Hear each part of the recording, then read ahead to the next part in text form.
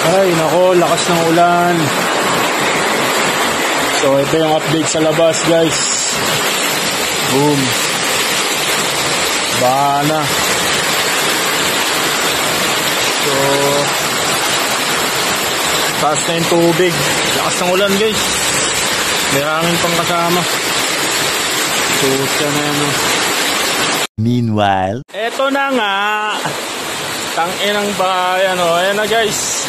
Pinasok na kami ng tubig. Oh. Wala tayong magaganda eh. Mataas na ron eh. Kanto. Ayan na, guys. Wala kami magagawa rito kasi sa labas na yung baha. Kaya pumasok na rito yung tubig. So, konti na lang. Akit na. Konting-konti na lang. So, pag lumakas pa, gigis na kami na ito. Bukay na. Ayun na, guys, oh. Pinasok na.